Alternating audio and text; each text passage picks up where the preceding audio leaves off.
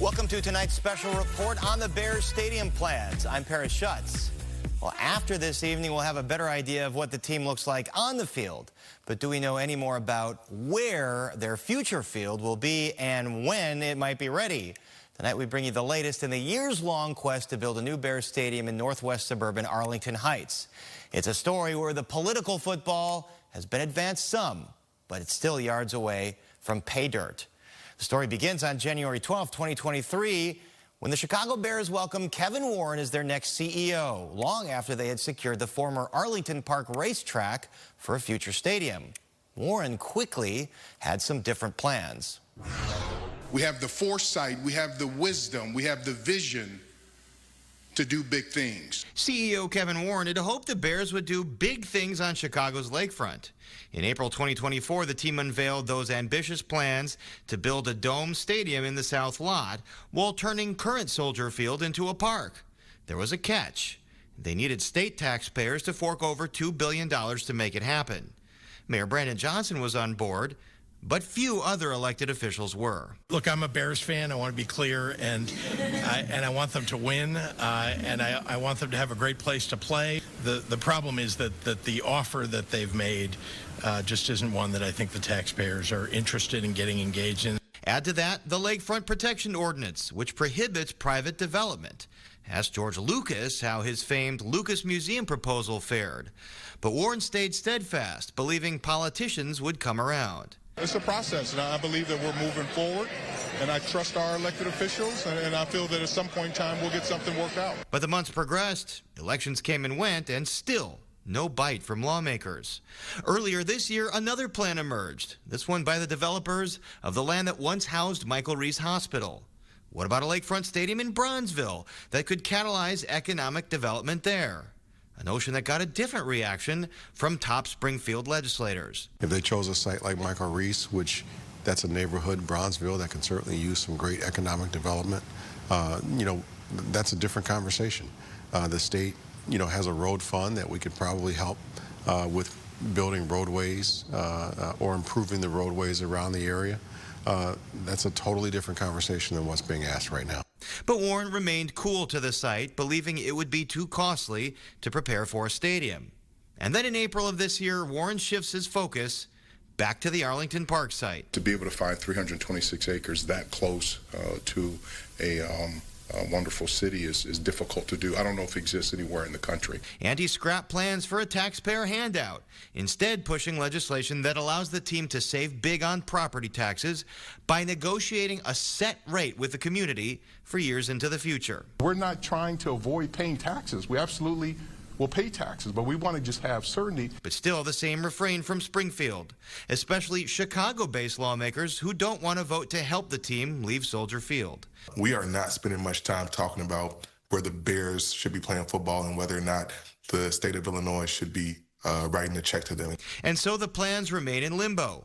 A new stadium is seemingly still out of reach as another Bears Super Bowl trophy. And now we're joined by Justin Lawrence, reporter for Crane Chicago Business, who's been following this for many years. Justin, thanks for talking to us. I want to start by reading off a statement that the Bears just sent us. Quote, "We are making progress toward building a world-class enclosed stadium and entertainment district in Arlington Heights. The Arlington Park site is the only Cook County location that is feasible, and our plan to finance a new state-of-the-art stadium requires $0 state dollars for its construction."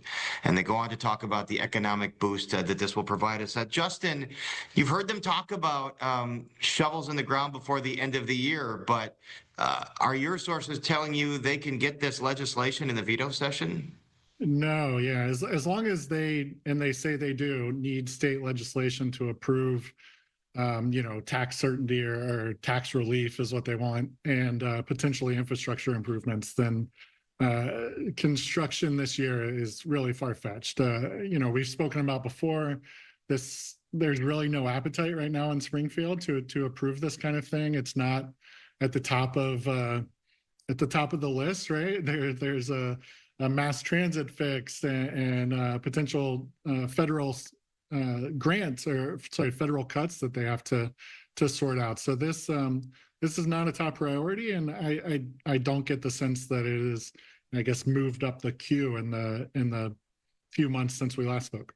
At the same time, assuming that at some point they'll address this, maybe in the spring session, what would this mean for the Bears in terms of cost savings over many, many years?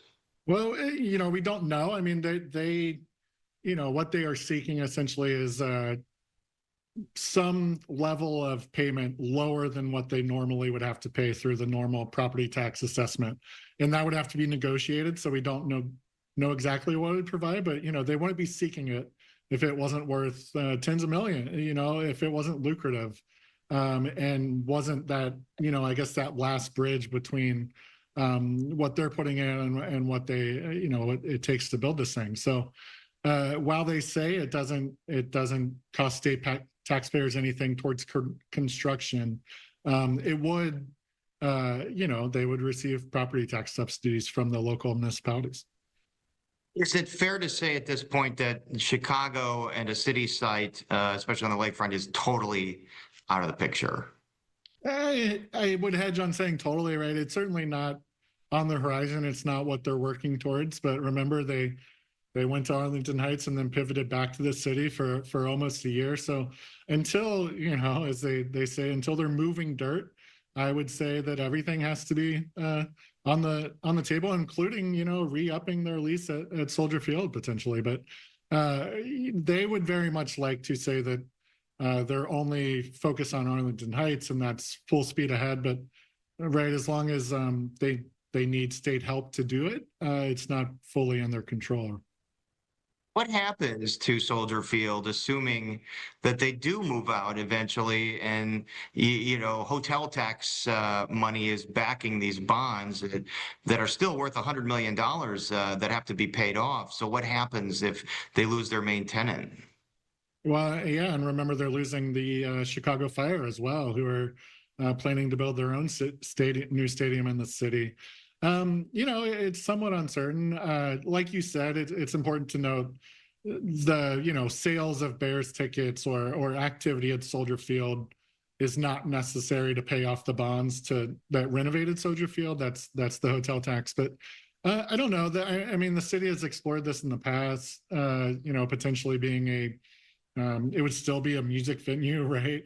Despite the criticism of Soldier Field and how hard it is to access there, it still continues to see, Taylor Swift and Beyonce coming in every year. So I don't think that would change. And then maybe potentially more, I don't know, college football games or world soccer matches. But it would be difficult. It would be a big blow to Soldier Field and the Park District, more importantly, if they did lose the Bears. And now we're joined by Representative Mary Beth Canty, a Democrat who represents Arlington Heights and the sponsor of the legislation that we've been talking about all throughout this show. Representative Canty, thanks for talking with us. So in simple terms, what would this legislation allow mega projects like the Bears to do? So this legislation, which would apply to every area in the state of Illinois, would allow the local organizations, the school districts, the municipalities, the park districts, to have control over development and property taxes in their area so that they can, if they wish, have property tax certainty. It'll spur development, it'll spur jobs if the local communities believe that this is in their best interest. What does it stop? I posed this question to the mayor of Arlington Heights. What's to stop an organization like the Bears from coming to the negotiating table and say, you know what, $1, take it or leave it? So I think that our communities are smarter than that. I think they're better than that. And I don't see how that would work in anyone's benefit. The whole point of this is with TIF districts, we lock up all of these property taxes. It creates a hardship for our school districts and everyone else. So the point of this is to get that certainty and budgetability for the local taxing bodies related to property taxes. And if somebody comes in and offers you a bad deal, that's when you have to say no. There are two sides to negotiation, as the bill sort of spells out. Exactly. The Bears president has talked about getting this passed in the veto session, and that's a tough ask because it's a 3/5 majority that you need to get. Is that a possibility, or is it more realistic to wait until the spring? You know, I really look to our legislative leaders in that regard, and they set our agenda for what's going to happen in the veto session. So the governor, the Speaker of the House, the Senate President, and I know that they are also looking at some of the really critical and time-sensitive issues that we also have to deal with as a legislature, like public transportation. So, you know, I will follow their lead on the timing of this one because it's critical that we get it right, not to get it fast. And, you know, in addition to this legislation, there will be a lot of infrastructure work that will be needed. Will the state road fund perhaps help out with some of those things?